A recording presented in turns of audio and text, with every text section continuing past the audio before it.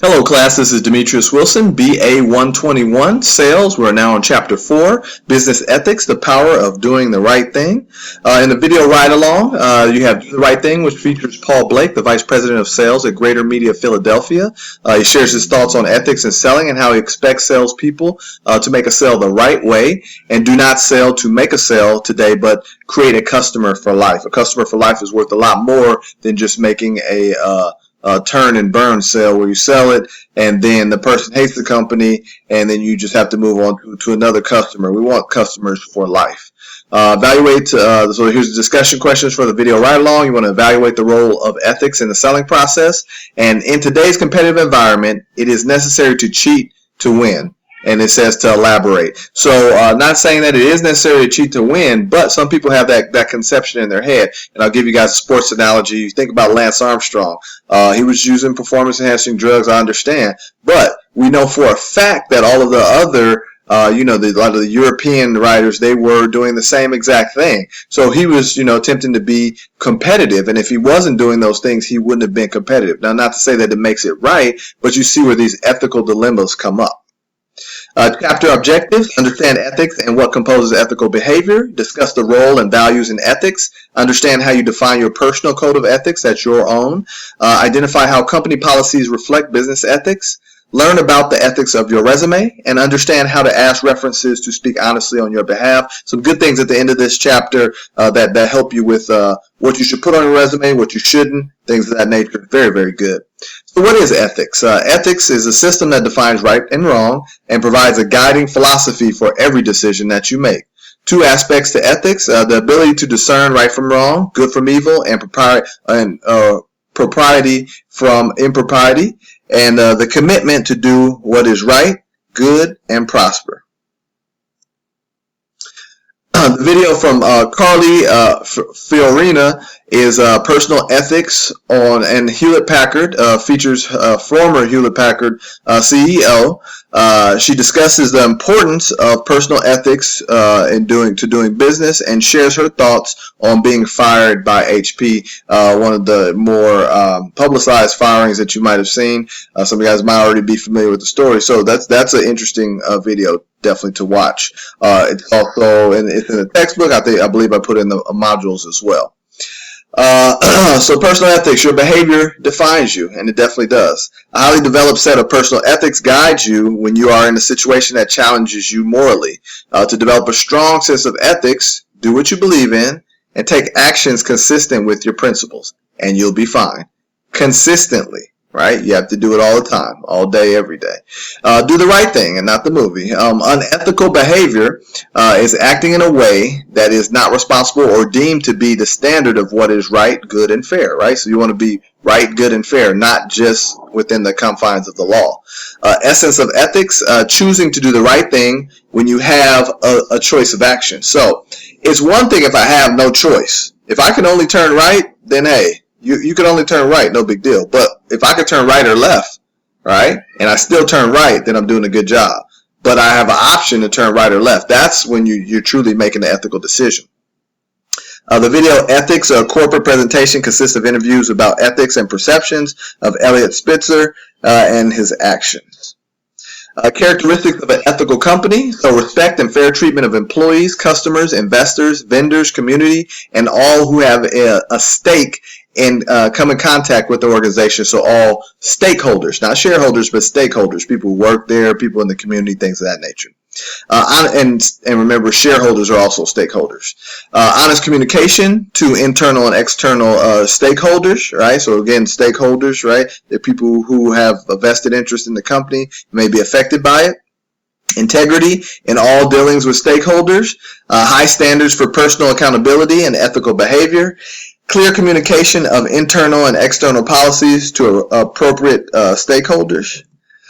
Class discussion. So these you can collaborate with your classmates or work on with someone else, or even discuss it with me. Students can form groups that have a robust discussion on the following ethical dilemmas which may occur at the workplace. So bribes to secure contracts.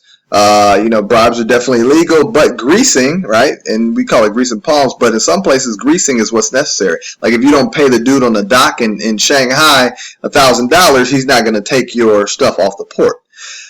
treatment, but everybody else is also doing it, which kind of says, hey, now that doesn't sound right. That sounds like we're still blurring the lines. Treatment of customers with respect to warranties and after-sales service. After-sales service, we want them to keep coming back, right? Got to remember that. So these are high-profile unethical behaviors in business. Enron, WorldCom, Tyco, HealthSouth, Lehman Brothers, Adelphia. The list goes on and on and on. Enron, they began to expand, borrow money to fund their new businesses. The debt made the company look less profitable. Senior management created paper companies, right, quote unquote paper companies, in order to keep the debt off the books, right? So we got the debt, let's move it off the book to go to these paper companies, and now we look more profitable. This accounting made Enron look extremely profitable. More people bought the stock in the company. On October 16, 2001, the company announced a loss of $638 million. So, when they folded and everything, what you have to remember, it hurt so many people in so many ways. They were talking about a couple that both worked there, and they had all their money tied up in their Enron 401k. Well, when they folded, what happens with that 401k? And they say, oh, well, you don't go to the government to get it. They try and retrieve some money for some individuals, but that money is long, long gone. These people had to go back out in the workforce. They were just about to retire that year and get in an RV and go all across America, but that's been ruined by Enron.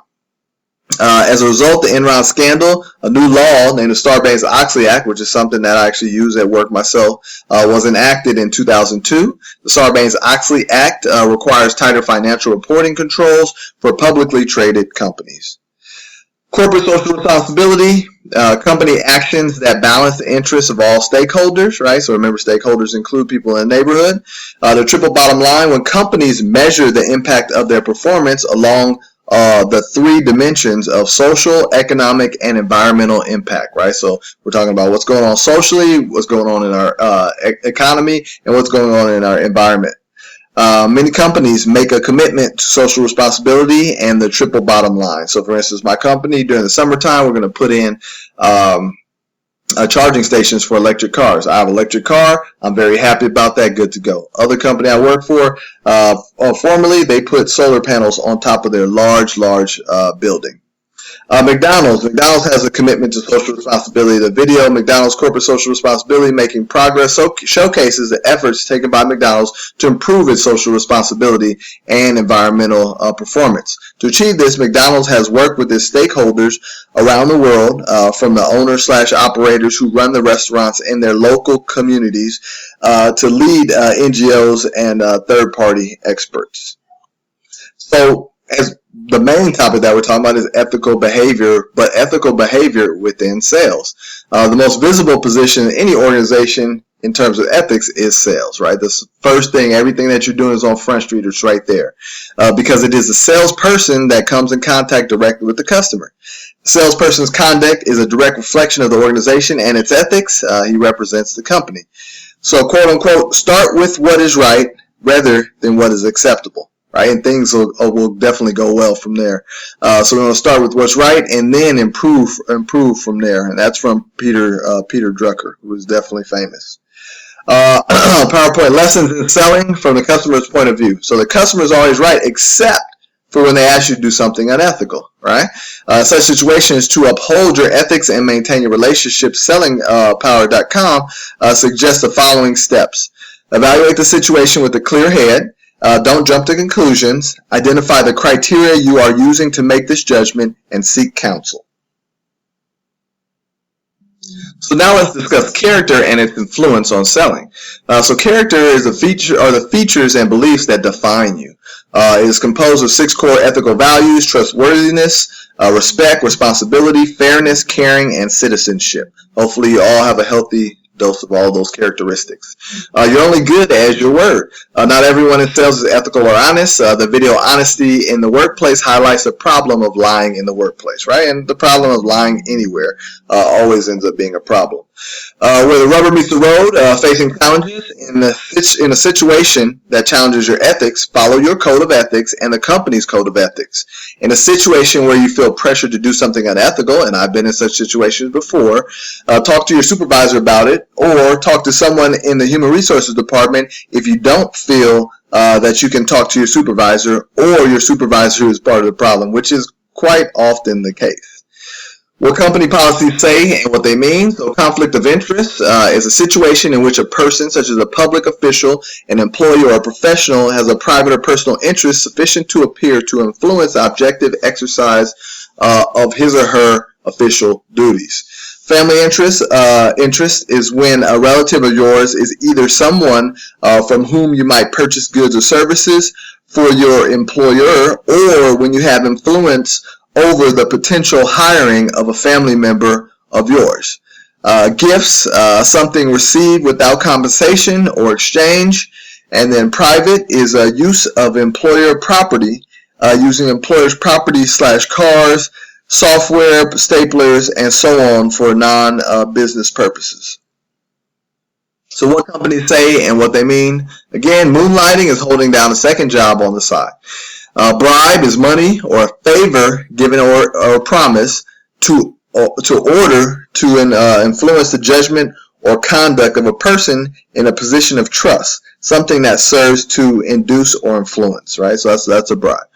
Non-compete agreement is a contract that prevents you from taking a job with a competitor after you quit or been fired. And I've seen this firsthand. Guy left from big company, went to a big company as well, but maybe a little bit smaller, and he had a non-compete agreement, and so he just sat there and basically paid solitaire for the next 6 months because they had to continue to pay him, and they knew that once he started calling his clients and letting them know that he was at the new company, he was going to be over there, and that's exactly what happened. Trade secrets, something such as a formula or like the ingredients for Mrs. Fields cookies, why they taste so good, which has economic value to a business because it's not generally known or easily discoverable by observation, and for which efforts have been made to maintain secrecy. So in this video, unethical behavior is no laughing matter. The video Business Ethics shows how taking office stationery or using the company phone for personal calls is an unethical practice. So a lot of us take some of these things for granted, but you have to kind of look at it, from the other perspective. So be sure to pay close attention to that video. What is whistleblowing? It is the act of publicly exposing the misconduct of a company or organization. Whistleblowers, who are the people in the act of whistleblowing. One who publicly exposes the misconduct of a company or organization. You have no obligation to blow the whistle. You can simply refuse to take part in any unethical or illegal activity. But let me explain to you that certain things may happen if you don't take action. Let me give you an example. So I knew a guy, and he went from the Orange office to the Texas office of a company. And there was this video. No, the video was like an email floating around. It was supposed to be like a joke, but it wasn't a very tasteful joke. Had some pictures in it, and he got the email. He deleted the email, but he didn't tell anybody about it. The other people that got the email looked at it, thought it was funny, forwarded it on. They all either got fired or written up. He got written up because he didn't do anything about it, and he was a manager. So sometimes, not doing anything, inaction, is the type of action that you don't want, because the results for you are not going to be good. Ethics in the law, examples of the law being enacted in response to unethical business practices. Make sure you look these up. Robinson-Patman Act of 1936, Clayton Act of 1914, and the Can-Spam Act of 2003. So now to our, favorite section, selling you. Like, how do you sell yourself? Because we all have to sell ourselves, whether you're in sales or any other department. You have to sell yourself if you want a promotion, a job, or a job somewhere else. So selling your personal brand ethically, resumes and references. So to strengthen your personal brand, behave in an ethical fashion throughout the hiring process. Lying on your resume is unethical. Sell yourself, not an exaggerated version of yourself. Your resume should have a brand story to tell. So interesting story. I had like 70 job openings, and so I reached out to some of the people from some of the industries that I used to work with, and one of the guys, he came in and he lied on the application, lied on his resume, said that he had graduated from high school, but he hadn't, right?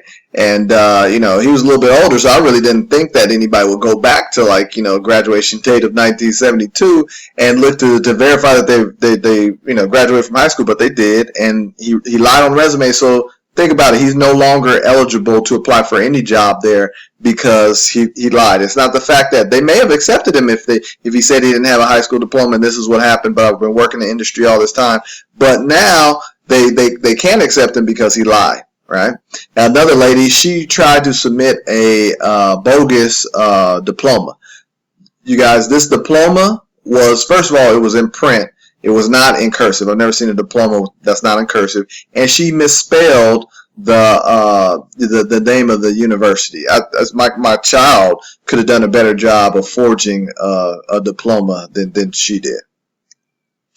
So asking references to speak on your personal brand. So once you know whom you'd like for your references, ask them personally. Personally thank each of your references, even if you don't get the job. Stay positive and keep in touch with your references. And that's one key one that I don't do, but after thinking about this and reading the text over again, I said, I really need to do that. I need to keep in contact with them, tell them what type of jobs I'm applying for, tell them what's new, updated, because somebody's going to call them. Never list your references as part of your resume. Remember that. And provide references only when asked by the employer. Don't offer them up. The video on how to interview for a job, preparing references for a job interview, feature Katie Rooney, the expert from the Expert Village.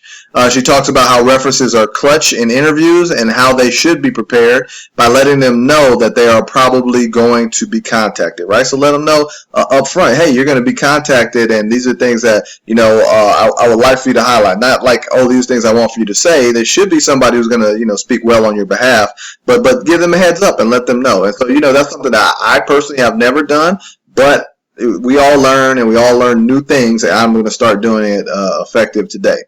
Letters of recommendation is a letter written by a professional, supervisor, manager, professor, or other professionals to testify to the skills, characteristics of a job candidate. Bring the letters to your interview to demonstrate the support that you have from professionals. If you don't have any support from anybody, then, you might not have the best reputation. The video, The Very Best Way to Present Your References, by Brian Kruger, president of collegegrad.com. He discusses the very best way to present your references, which is to ask each of your references to write a letter of recommendation, have them on hand, keep them in your portfolio when you go for the interview. He explains the importance and the format of the letter of recommendation, right? Because the format is important too. So now to our very best slide. I know that's the one you guys like the most. Slide number 32, which is a summary. Business ethics is ethical behavior applied to business situation, right? So if you take ethics out, it's just ethics applied to regular life. An ethical dilemma is a situation that is presented with options that may be right or wrong, right? So you can't just have, it's all, like right is the only option, then that's not an ethical dilemma. Ethical dilemma is it right or wrong? And then lying on your resume is not ethical and can have catastrophic consequences for your career, just like the two that I mentioned. And also another individual, this guy was interviewing for a job. He blew their socks off in the interview process, and they were for sure it was a lock they were going to hire him. And he lied on his resume and said he had graduated from college, and he hadn't. But the position did not even require a college degree. So this guy just clucked off a job just because he wanted to put on there that he graduated from this university. So always keep it real. Don't lie. Make sure that your resume is truthful. So that's it for chapter 4. Your test will be coming up. So remember, you'll have a quiz this week for chapter 3, for chapter 4 as well, and then you'll have a test that's coming up shortly for chapters 1, 2, 3, and 4. So keep doing your homework, keep doing your quizzes, keep doing all your tests, and keep doing a great job. As always, I want you all to have a good day and a great week.